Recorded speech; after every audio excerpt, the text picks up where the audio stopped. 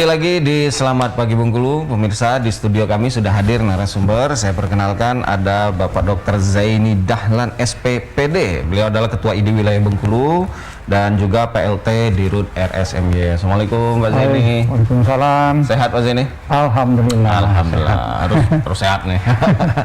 Apalagi kondisi seperti ini ya. Terus ini umur juga sudah berapa Pak Zaini ini? 63. Nah, 63 kan, tapi terlihat sehat terus gitu. Wah, nanti kita tanyain tipsnya ya. Baik Pak Zaini, kita berbincang terkait COVID-19 ini kan sudah melandai. Jadi prokes tak boleh kendor gitu ya. Nah, ini terkait melandainya begitu ya, melandainya COVID-19 saat ini. Apakah ini menunjukkan gitu ya, kita sudah mulai bebas dari COVID, akhirnya bisa melepas masker begitu saja, ngumpul seenaknya aja begitu, atau seperti apa Pak Zaini? Ya, memang alhamdulillah kasus COVID itu dari grafik, terutama kasus harian, itu menurun betul. Jadi kalau melihat data yang dikeluarkan oleh Dinas Kesehatan Provinsi, itu tanggal 4 September itu mencapai 70 kasus lebih. Tapi kemarin 5 September itu sudah turun menjadi 11. Jadi kan jauh sekali. Betul. Dan kalau kita lihat fakta dalam skop yang lebih kecil, yaitu DM Yunus, tempat perawatan rujukan pasien-pasien COVID itu, kalau biasanya di Gedung Fatmawati itu bisa sampai 50 orang, 50 pasien, sekarang tinggal 2. Tinggal 2 pasien. Kalau biasanya di Bougainville, itu PIPC, HC Bougainville itu sampai 20-an, sekarang kosong. Nggak ada lagi yang dirawat. Laporan pagi ini saya lihat. Kemudian di IGD, jadi itu kan etalase gerbang pertama. Biasanya penuh. Beberapa minggu yang lalu. Sekarang laporannya 0, pasien COVID nggak ada. Jadi mudah-mudahan saja ini petanda baik. Petanda baik bahwa kasus COVID ini mudah-mudahan tidak akan meningkat lagi. Namun begitu, tadi sudah disebut oleh hostnya bahwa orang sebagian sudah abai gitu. Bukan abai, sudah jenuh Betul, bosan. Pasang masker, pakai jarak, pokoknya prokes itu sebagian orang agak berat dengan kondisi begini. Dan mereka menginginkan yang seperti itu, ya ngapain lagi? Harus pakai masker, harus prokes 3M itu. Ya bebas dong. Tapi untuk antisipasi mencegah keledakan selanjutnya, ya tetap maka masker harus dipakai, jaga jarak, mencuci tangan. Kalau mau pakai yang 5M-nya, ya menghindari kerumunan dan mengurangi mobilitas agar transmisi atau penularan dari COVID itu bisa ditekan. Ya, kira-kira begitu. Bahkan berhenti gitu. Iya. Jadi kepada masyarakat tetap dihimbau gitu ya. Ini ya, jangan dulu lepas masker. Jangan dulu begitu ya. Jangan dulu juga langsung cuek, walaupun kita tahu jenuh tadi. Bosen. Sabar dulu. Nah, ini juga menurut Pak Zaini secara umum gitu ya, kondisi Provinsi Bengkulunya sendiri ini apakah sudah bahasanya COVID-19-nya sudah tidak terlalu besar lagi penularannya atau seperti apa? Ya, secara umum Provinsi Bengkulu juga dibanding bulan-bulan lalu ya turun juga kasusnya. Tapi kalau berdasarkan data yang dikeluarkan oleh Kemenkes, kemudian data itu jadi masukan instruksi Mendagri, menjadi dasar instruksi Mendagri. Ada instruksi yang masih berlaku, yaitu instruksi nomor 41 tahun 2001 tertanggal 6 September, dan itu berlaku, instruksi itu berlaku 14 hari, 2 minggu. Jadi sampai tanggal 20 September. Maka kalau kita lihat berdasarkan itu, Provinsi Bengkulu ini ada di 2 level. 2 level gitu. Ya, yaitu PPKM level 3. 3, oke. Daerah mana saja? Nah, kalau dilihat di data di situ, ternyata gitu ya? level 3 itu termasuk Kota Bengkulu, Kepahyang, dan Bengkulu Utara. Sementara yang masuk level 2 di dalam instruksi itu adalah selebihnya. Ya. Ya, Rejang Lebong, ya, Seluma, Kaur, Bengkulu Selatan, Benteng. Nah, itu levelnya level 2. Jadi ya ada perbaikan lah itu secara umum. Komisi Provinsi Bengkulu ya alhamdulillah komisinya baik. Sudah baik ya. Dan ini harus dijaga semua masyarakat. Betul. Ini ya. Jangan sampai nanti malah tertular lagi. Ya, nanti melonjak lagi. Menjadi terbit gelombang ketiga. Karena tanpa ini lupa diri, meledak lagi, wah repot lagi. Ya. Aduh, nggak berhenti jadinya. Ya betul. Terkait yang varian baru, ini ada varian apa nyebutnya MU ya, Miu gitu ya. Nah ini gejalanya seperti apa dan apa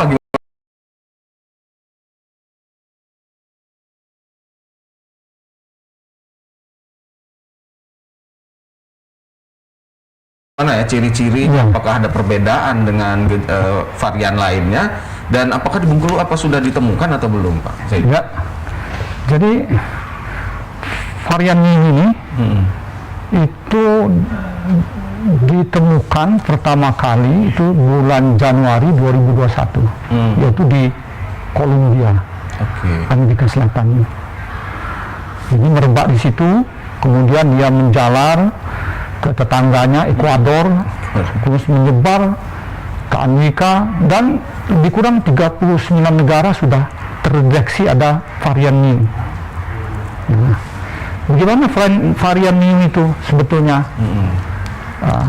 Kalau berdasarkan laporan WHO, Organisasi Kesehatan Dunia, varian Mu ini tergolong varian of interest, VOI. Sedangkan varian Delta yang dianggap lebih ganas itu VOC, varian of concern, yang harus diwaspadai. Jadi varian Mu ini levelnya di bawah varian Delta. Jadi tidak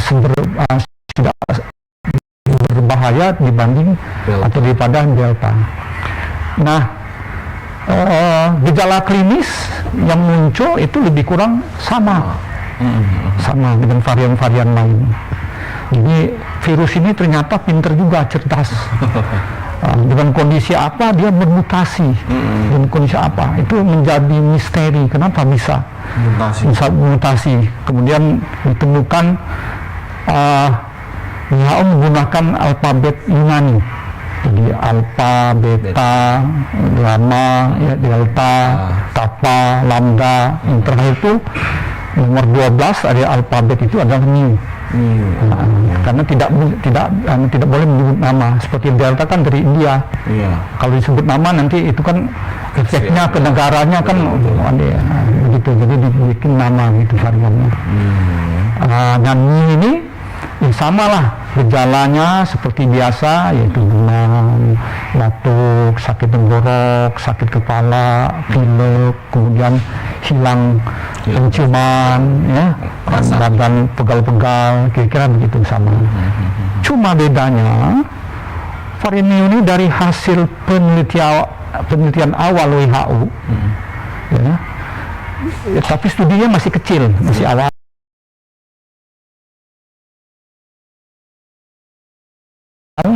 Itu ternyata didapatkan bahwa varian Mu ini bisa menurunkan antibodi dibanding yang lain. Jadi seperti menyerang antibodi. Akibatnya apa? Kalau antibodi dihilangkan, jadi vaksin yang dipakai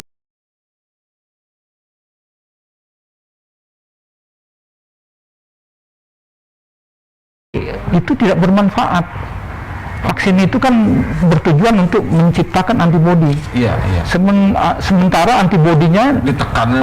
dihabiskan oleh virus itu. Jadi kan percuma. Makanya ada yang nyebut ini varian yang kebal vaksin. Tapi jangan khawatir. Angkanya secara global itu menurut perhitungan WHO hanya sekitar 0,1% di dunia. Dan menurut Kemenkes sampai saat ini variannya belum terdeteksi ada di Indonesia. Tapi sudah ada di negara tetangga, yaitu Malaysia, Jepang. Dekat. Jadi hati-hati, karena itu pemerintah harus menjaga perbatasan. Orang-orang yang masuk harus diseleksi betul, harus dilakukan screening betul, supaya jangan lolos. Nah, itu yang ditakutkan orang ahli berdasarkan studi awal yang kecil itu, dia bisa melawan, menghilangkan, menurunkan antibodi dari orang. Jadi percuma orang ini dapat vaksin, karena antibodinya akan dihilangkan juga. Kira-kira begitu ya. Nah, ini jadi saya penasaran terkait mutasinya begitu ya. Tapi emang virus itu bisa bermutasi, Pak Zaini ya? Iya. Secara teoritis sebetulnya, jadi pertanyaan, virus itu benda mati atau benda hidup? Nah itu. Ada yang mengatakan virus itu benda mati, karena dia hanya zat yang kecil sekali, sekian mikron, isinya protein, kemudian dibalut oleh lemak, lapisan lemak. Protein itu mengandung genetik, DNA, ya, RNA, jadi mengandung itu, dan dia sebetulnya benda mati. Tetapi kalau dia nempel masuk misalnya lewat tenggorok, saluran napas, menempel di selnya itu, epitel, kemudian mendapat aliran darah, mendapat makanan, mendapat oksigen, hidup. Nah, begitu. Ya, bermutasi, masuk, menginfiltrasi ke sel-sel tubuh, terutama ke paru, misalnya kan. Nah, di sana dia berkembang. Berkembang. Tapi jangan khawatir, tubuh punya pasukan sendiri untuk melawan itu. Antibodi ini tadi. Jadi ada sel helper T, ada sel B limfosit, T limfosit, yang memang anugerah Tuhan untuk melawan itu. Kalau kita tidak bersyukur dengan Tuhan, kebangetan. Ya. Antibodi kan muncul untuk melawan itu. Kira-kira gitu. Itu selintas tentang virusnya gitu ya. Nah, tapi kalau kita misteri jadi. Misteri, kenapa bisa mengadaptasi dia. Kalau dikasih ini dia melawan, kasih antibiotik, sama dengan kuman masuk itu bisa resisten. Dia obat yang tadinya bisa peka, gitu ya, tiba-tiba sekian bulan ternyata dia resisten, tak mempan lagi, karena dia bermutasi, beradaptasi dengan lingkungan. Jadi misterinya itu ya itulah, kenapa bisa begitu, siapa yang menggerakkannya, atau mau apa, kira-kira gitu. Ada sesuatu lah yang lebih besar gitu ya. Tapi ini mungkin karena teknologi yang belum mencapai itu, masih ada harus penelitian lagi ya. Oke, kita tidak membahas lebih ke virusnya begitu. Tapi kita akan saya ingin tanya, saat ini kan diamati oleh IDI ya, semua perkembangan ini kan diamati oleh IDI. Nah, menurut IDI sendiri yang dilakukan pemerintah untuk penanganan COVID-19 ini apakah sudah efektifkah begitu ya, atau ada yang masih perlu dievaluasi, Pak Zaini? Ya, kalau menurut pengamatan kami, apa yang dilakukan oleh pemerintah, misalnya melakukan PPKM, PPKM itu kan pemberlakuan pembatasan kegiatan masyarakat. PPKM sampai yang mikro. Kalau dulu ada istilahnya PPKM darurat, tapi itu kemudian dihilangkan karena dianggap tidak dinamis. Akhirnya dijadikan dia PPKM darurat itu level 4. Ada level 1 sampai level 4. Nah itu. Nah sekarang dengan kondisi yang di banyak daerah angkanya turun, berarti apa yang dilakukan oleh pemerintah itu ya sudah on the track, sudah menghasilkan sesuatu yang baik. Jadi ya efektif juga. Hanya saja memang agar dia lebih turun lagi, kemudian virus tidak berkembang lebih banyak lagi atau kembali lagi, ya harus tetap konsisten kita melakukan KIE, komunikasi, informasi, edukasi kepada rakyat banyak. Misalnya, kamu harus tetap memakai 3M, 5M, harus tetap. Kemudian vaksinasi, jangan lupa, vaksinasi harus dikejar, diperluas, angka vaksinasinya, cakupannya harus tinggi. Nah, kalau mau mencapai yang baik, kalau bisa sampai 70% dari jumlah penduduk, makanya dikejar oleh pemerintah. Karena kalau dia sampai 70% sudah divaksinasi, maka suatu populasi, suatu kelompok itu akan menjadi herd immunity. Maka akan terjadi imunitas kelompok, imunitas populasi, imunitas komunal. Nah, kalau dia mencapai itu, maka itu pertanda bagus sekali. Artinya kita sudah bisa melawan dan mengatasi perkembangan COVID itu sendiri, penularannya. Kalau si COVID-nya mungkin akan ada, tapi ya kita berteman sudah. Iya, sudah endemis. Iya, jadi endemis kita. Nah, vaksin saat ini udah berapa persen berarti?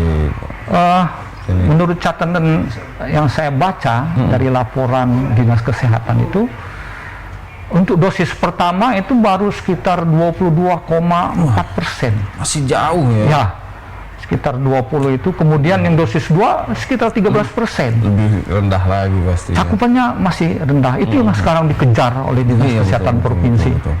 Melibatkan semua wilayah-wilayah, bupati, wali kota, kemudian stakeholder yang terkait. Itu memang dikejar. Dan memang angkanya kita masih rendah. Kalau mau mengambil batasan level yang 70% untuk mencapai herd immunity, kira gitu. Tapi menurut Pak Zaini sendiri, sepantauan Pak Zaini deh, ini peningkatan vaksin ini kan cukup lambat gitu ya. Ini apa? Karena apa menurut Pak Zaini? Salah satu mungkin supply. Ya, supply vaksin mungkin terbatas, ya. Kita banyak baca di media, di TV atau laporan yang daerah-daerah tertentu yang masih mendapatkan jatahnya masih sedikit. Kemudian itu mungkin soal cold chain-nya, rantai penyimpanan, rantai untuk penyimpanan vaksin itu sendiri mungkin masih bermasalah, ya. Dan kemudian ya yang faktor masyarakat sendiri, ada sebagian yang enggan. Nah ini ya. Ini problem juga ini. Wah, vaksin bahaya, itu ada microchip. Macam-macam. Wah, vaksin ini bahaya, mati kita, jangan. Itu padahal itu sebetulnya pendapat yang keliru karena terpengaruh oleh hoax, ya. Karena bagaimanapun juga orang kalau divaksin, meskipun dia kena nantinya, tapi tingkat keparahannya kecil, tidak meledak-ledak lagi, dia landai, jalannya ringan, tidak sampai harus masuk ICU, kira-kira gitu. Sekedar istirahat di rumah, sekedar isolasi mandiri, udah beres, kira-kira gitu. Berarti enak lah divaksin begitu Pak? Iya, divaksin itu manfaat banget ya. Tapi itu kan imunitas buatan dari vaksin. Kalau orang yang terkena itu imunitasnya alamiah, karena virusnya virus aktif, dan dia menimbulkan antibodi juga, reaksi sama. Jadi kalau digabungkan antara imunitas alamiah dengan yang vaksinasi itu, total jumlahnya saya kira besar juga sebetulnya. Kalau banyak rakyat yang sudah terkena. Saya sendiri 2 kali kena. Ya. Nanti kita korek nih apa nih resepnya begitu ya. Nah, terus menurut data di ID gitu ya, kan banyak nih dokter gitu ya, tenaga kesehatan segala macam. Ini sudah berapa banyak sih yang di Bengkulu katakan mungkin menjadi korban sampai meninggal atau yang tertularnya, gimana Pak? Ya, itu bisa angka sampai 100-an di provinsi Bengkulu. Ya, dan itu ada yang 2 kali, ada yang 1 kali, dan rata-rata semuanya isoman ya. Tidak tercatat di rumah sakit, di institusi resmi. Hanya beberapa orang saja, misalnya yang agak berat, kemudian sembuh, ya. Di rumah sakit itu tidak banyak. Bahkan kalau yang meninggal juga tidak banyak. Meninggal itu itu menurut catatan kami cuma 3 orang dokter yang meninggal karena COVID ya. Ada di Bengkulu Utara satu dokter puskesmas di Muko itu, kemudian ada di kota Bengkulu sendiri ada 3 orang dokter, 3 orang dokter yang meninggal karena terinfeksi COVID. Ya, betul. Nah, itu memang ya pada dasarnya ya nasib juga lah ya, takdir ya. Iya. Nah, karena usaha sudah maksimal setiap pasti, hari ya. kan pakai masker, jaga cuci tangan, jaga jarak dengan pasien, pakai face shield, minum vitamin. ya minum vitamin, macam. istirahat cukup. Tapi kenapa masih terkena? Pertanyaannya, Ya sudah takdir. siapa yang berlaku? Iya. Nah, kira-kira gitu. Sudah tidak bisa lagi gitu ya. Kalau sudah ngomong takdir emang tidak bisa Ya. lagi. Tapi intinya tadi usaha dulu. Usaha dulu, ikhtiar Usaha. dulu. Ini sudah enggak ikhtiar, maunya selamat ya enggak bisa. Nggak bisa. Payah juga ya. Ya. Nah, ini terkait tadi Pak Zaini sendiri sudah mengatakan sudah 2 kali gitu ya terkonfirmasi positif. Gimana ceritanya sebenarnya? Dan apa tipsnya nih bisa berbagi? Ya, saya terkena pertama kali itu bulan 5 tahun 2020. 2020 saat itu. Ya, jadi pemeriksaan itu kita waktu itu sekitar 7 orang spesialis yang coba-coba kita periksa deh. Ya. Walaupun sebetulnya badan merasa tidak Tidak ada gejala. ada gejala. Oke. Nah, jadi kita periksa, kemudian sampelnya dikirim ke Palembang. Ya, saat itu masih pengiriman Palembang ya. Palembang dan Padang. Padang, betul. Kira-kira 10 hari kemudian sampel itu balik. Betul. Hasilnya dilaporkan. Ternyata saya dibilang Positif. dokter positif. Hah, yang benar. Kaget juga gitu. Padahal baru saya ngurusin pasien nih. Ini kan bahaya. Nah, itu jadi ya sudah, memang kalau coba pastikan telepon lagi ke itu, salah enggak data Palembang itu ya, gitu ya. Palembang. Ternyata sudah dicek memang enggak salah, betul positif. Ya sudah, kalau memang positif saya isolasi mandiri. Iya. Saya langsung isolasi mandiri. Nah, kira-kira begitulah. Ya, Nah, kemudian 7 bulan kemudian sekitar bulan 12 Desember 2020 saya merasa badan ini kok pegel-pegel aja. Ya, semingguan saya merasakan pegel-pegel, kemudian tiba-tiba penciuman hilang mendadak gitu. Waduh, ini sudah hari ke-6, ke-7 saya rasa meriang-meriang, badan pegel-pegel, kok yang penciuman. Saya curiga, ini COVID nih mesti nih.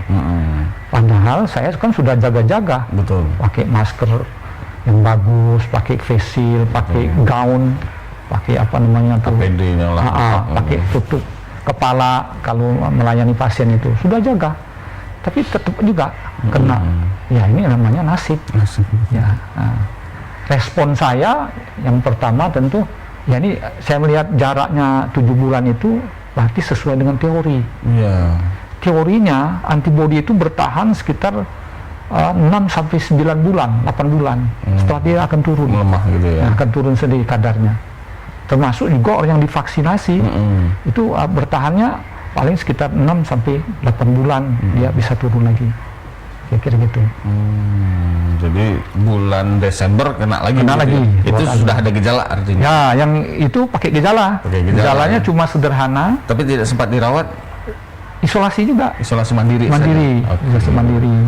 Nggak parah. Nafsu makan hilang misalnya, gitulah gejalanya. Tapi akhirnya bagaimana keluar dari itu? Hanya istirahat dan minum vitamin saja atau bagaimana? Selama isolasi yang dilakukan itu sederhana saja sebetulnya.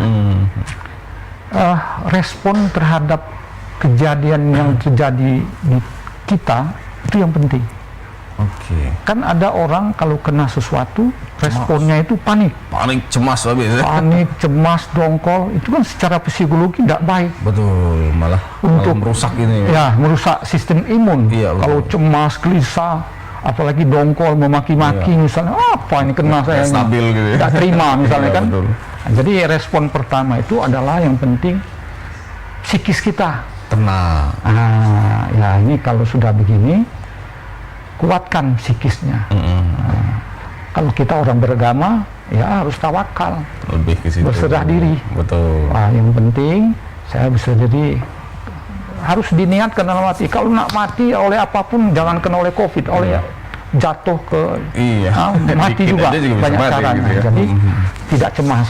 Di samping itu ya kita isi misalnya pola hidup sehat lah, makanan yang cukup, ya asupan cukup, minum air yang cukup.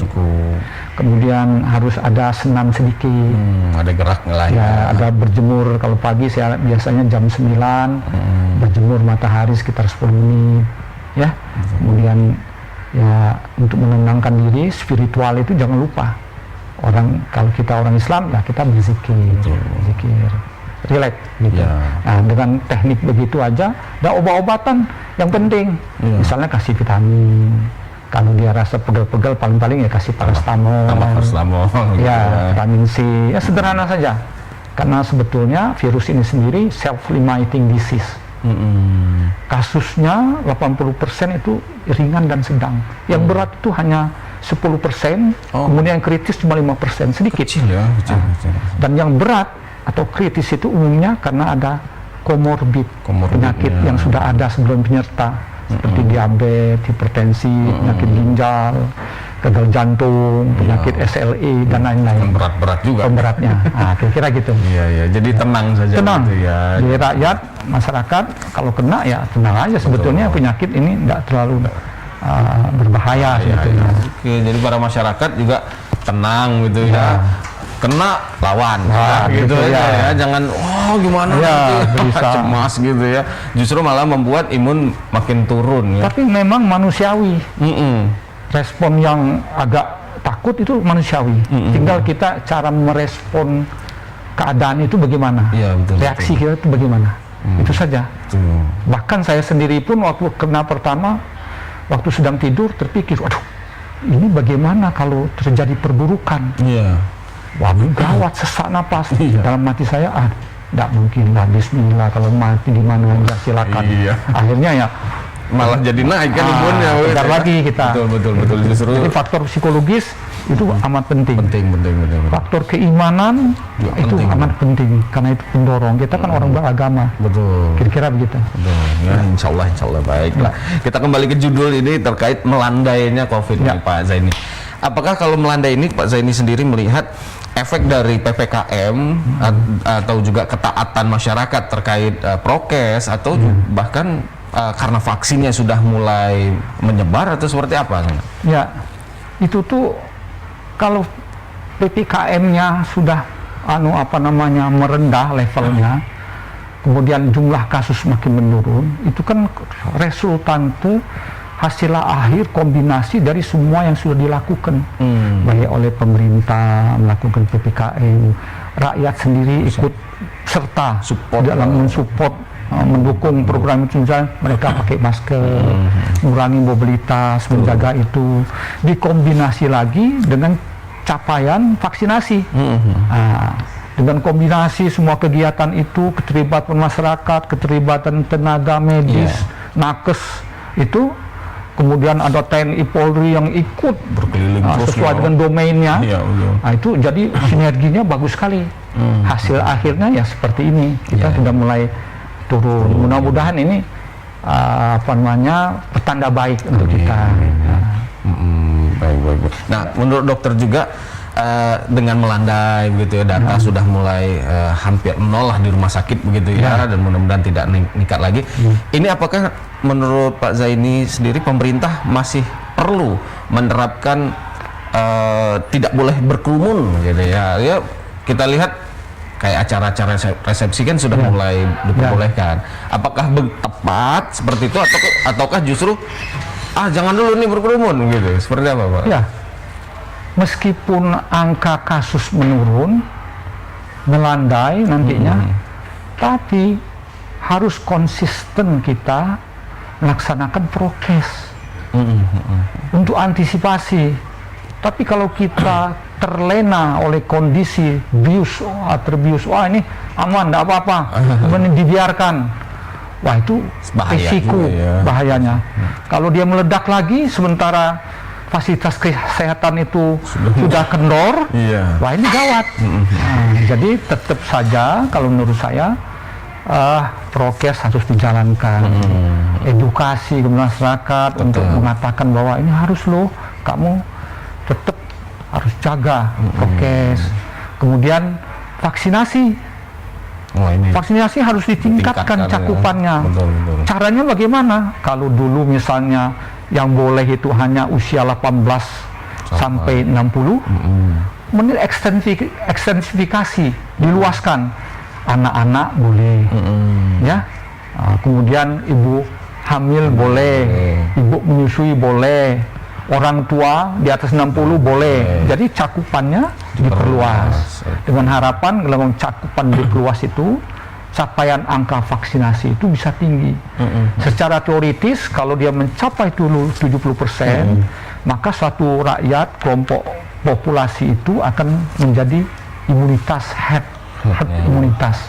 Jadi aman di situ kalau sudah terjadi herd imunitas. Orang yang tidak divaksin pun akan aman, terlindungi orang yang sudah kebal akibat vaksinasi. Kira begitu. Nah, terkait tadi sedikit vaksin memperluas cakupan ya, artinya umur anak kecil. Ini sudah bisa. Sebenarnya vaksinnya itu bisa dengan untuk anak kecil begitu tuh. Iya. Jadi anak 12 tahun itu kan kalau dulu tidak boleh, sekarang boleh. Ya. Dulu ibu hamil menderita tiba-tiba berdasarkan penelitian ya boleh. Gitu ya. Jadi sudah bisa. Jadi vaksin itu kan sudah diteliti awal, dilakukan teliti awal. Oh ternyata ini tidak masalah. Akhirnya di seluruh dunia begitu sikapnya. Bukan kita saja sebetulnya. Jadi kemarin itu hanya karena masih hati-hati dulu, hati-hati. Artinya cocok nggak dengan hamil, gitu ya? Karena uji klinisnya memang yang dilakukan di kita itu subjek yang diteliti itu uji klinis itu antara usia 18 sampai 60 tadi. Kayak ibu hamil belum, anak-anak belum. Tapi mengambil studi dari negara lain, ternyata bisa. Kita diteliti oleh ahli-ahli, oleh perhimpunan-perhimpunan, misalnya IDAI, oleh POGI dan sebagainya. Ini bisa. Bisa penelitian. Dilakukan. Makanya untuk meluaskan cakupan, kira-kira begitu. Artinya di Bengkulu harusnya itu sudah dilakukan. Sudah. Nah, berarti pemirsa yang ibu hamil gitu boleh masih vaksin, ibu menyusui, umur yang lansia itu sudah bisa untuk divaksin ya. Dan untuk vaksin tinggal nanti hubungi kesehatan gitu. Pasienkesnya tinggal dihubungi, jadwal di mana. Kan sekarang di mana-mana tempat bisa dilakukan, di kantor Korem, betul, banyak di universitas dan lain-lain, tempat mal-mal itu kadang-kadang begitu. Baik. Ini Pak Zaini waktu juga karena Pak Zaini juga nggak bisa lama-lama begitu. Ini mungkin pesan deh, ini kan terkait, mungkin bisa pesan sekalian tips ya untuk meningkatkan imun tubuh terkait sudah melandainya angka COVID-19 ini dan prokes jangan sampai kendor gitu. Pesan apa yang bisa Pak Zaini sampaikan kepada masyarakat, dan mungkin kasih tipsnya sedikit Pak Zaini untuk bagaimana meningkatkan imunitas dan menjaga kita tidak tertular lagi COVID-19. Jadi pesan saya hanya sederhana, 3 poin. Yang pertama, tetaplah melaksanakan prokes. Mau 3M boleh, mau 5M boleh, mau 7M boleh. Kalau 7M itu, M-nya itu mendoakan orang lain agar sehat. Gitu ya. Jadi itu pertama, tetap jaga, tetap lakukan prokes dengan baik. Karena itu salah satu cara teknik untuk mencegah penularan. Itu satu. Yang kedua, gaya hidup sehat harus dilakukan. Apa itu gaya hidup sehat? Gaya hidup sehat itu misalnya istirahat cukup, jangan begadang berlebihan misalnya ya. Yang kedua, melakukan olahraga, walaupun cuma 15 menit, 3 kali seminggu, supaya fitness, kebugaran tubuh itu terjaga, fungsi paru baik, fungsi vaskuler, jantung baik. Jadi olahragalah senam 15 menit minimal, atau sampai 30 menit, cukup 3 kali seminggu. Yang ketiga, asupan. Asupan makan harus baik, ya. Jangan yang itu saja. Misalnya makan apa namanya mie instan terus tiap hari itu saja. Harus ada yang lain, misalnya ada buah-buahannya, ada sayurannya, ya. Kemudian minum air cukup. Jangan kurang, jangan lebih. Yang mana air yang cukup itu? Air yang cukup itu lebih ya. Jadi yang cukup itu 30 cc, 40 cc per kilogram berat badan. Lebih kurang kalau berat badan 10 gelas 2000 cc sehari semalam. Nah, itu bagus. Kemudian kelola stres. Bisa menghindari, jangan menghindari, dikelola. Termasuk kena penyakit itu stres, stresor. Jadi kelola. Mengelolanya gimana? Kita orang beriman, ya jangan lupa misalnya berdoa kepada Tuhan. Jadi lebih rileks. Dengan rileks tubuh, maka sistem imun akan baik. Dengan makanan baik, sistem imun akan baik. Dengan istirahat cukup, sistem imun akan baik. Untuk melawan penyakit-penyakit virus dan segala macam. Nah, yang ketiga, jangan lupa vaksinasi. Nah, jangan takut divaksin. Jangan ada chipnya itu nggak ada ya? Nggak ada. Jangan terpedaya. Betul. Jangan terbuai oleh hoax yang tidak punya dasar. Nah, jadi 3 poin itu saran saya. 1, jaga prokes tetap. Kemudian gaya hidup sehat. Ya, gaya hidup sehat saya lupa tadi. Jangan meninggalkan kebiasaan buruk. Misalnya minum alkohol, tinggalkan ya. Tinggalkan itu. Jadi dengan 3 hal tadi, insya Allah masyarakat secara keseluruhan, secara utuh akan insya Allah baik. Tetap menjaga kesehatannya. Kira begitu. Baik, terima kasih Dr. Zaini Dahlan, SPPD, Ketua ID Wilayah Bengkulu, PLT di RUT RSMY. Sudah bisa hadir dan bisa berbagi ini kepada masyarakat. Mudah-mudahan sehat terus Pak Zaini. Insya Allah. Panjang umur. Insya Allah. Ya, ini karena karya-karya dan sumbangsi dari Pak Zaini ini sangat dibutuhkan oleh masyarakat. Baik pemirsa RBTV dimanapun Anda berada, tadi sudah banyak dikasih tahu oleh Pak Zaini tipsnya seperti apa untuk menjaga kesehatan dan kemudian terhindar dari COVID-19 ini. Ya, setidaknya kita menjaga protokol kesehatan tetap diterapkan. Jangan sampai terlena karena sudah melandai terus cuek banget gitu ya. Ya kita tahu, sama-sama tahu, kita sudah mulai bosan gitu ya dengan keadaan seperti ini, tapi mau tidak mau kita tetap harus menjaganya. Nah, kemudian juga tadi juga istirahat yang cukup, asupannya itu tetap dijaga, jangan sampai itu saja. 5 sehat 6 sempurna. Wah, kalau saya 5 sehat 6 sempurna, Pak. Jadi 4 sehat 5 sempurna, yang ke-6-nya kasih vitamin gitu ya, jamu-jamuan, jemur badan begitu ya. Nah, kemudian juga pastikan untuk mengelola stres tadi. Nah, ini jangan sampai stres gitu ya. Karena kalau udah stres gitu, imun juga turun habis gitu ya. Nah, bertawakal kepada Allah. Nah, itu juga salah satunya ya. Jadi pemirsa, gampang untuk melawan COVID ini. Satu lagi, diingatkan untuk vaksin. Nah, ya gampang sih sebenarnya untuk melawan COVID ini. Cuman hal sederhana yang kita lakukan sehari-hari itu saja sudah bisa untuk melawan COVID-19 ya. Dan pastikan Anda yang belum vaksin segera vaksin ya, karena ini juga akan menolong orang banyak. Dengan kita divaksin akan menolong orang lain ya. Baik, Selamat Pagi Bengkulu akan hadir kembali jam 9 nanti ya pemirsa dengan narasumber lainnya. Narasumber yang berbeda, kita akan membahas tentang PMI ya. Ini kita akan hadirkan gubernur, kemudian juga nanti ada PMI, nanti kita akan lihat ya, kita akan membahas itu ya terkait tema pagi hari ini ya, COVID-19 melandai, prokes tak boleh kendor ya. Sudah dibahas sedemikian rupa dengan Pak Zaini. Terima kasih dan jangan tinggalkan RBTV, saksikan terus RBTV, nanti akan kami kembali di jam 9 ya. Kami pamit dulu, kami akan kembali sesaat lagi setelah jeda pariwara berikut ini. Terima kasih.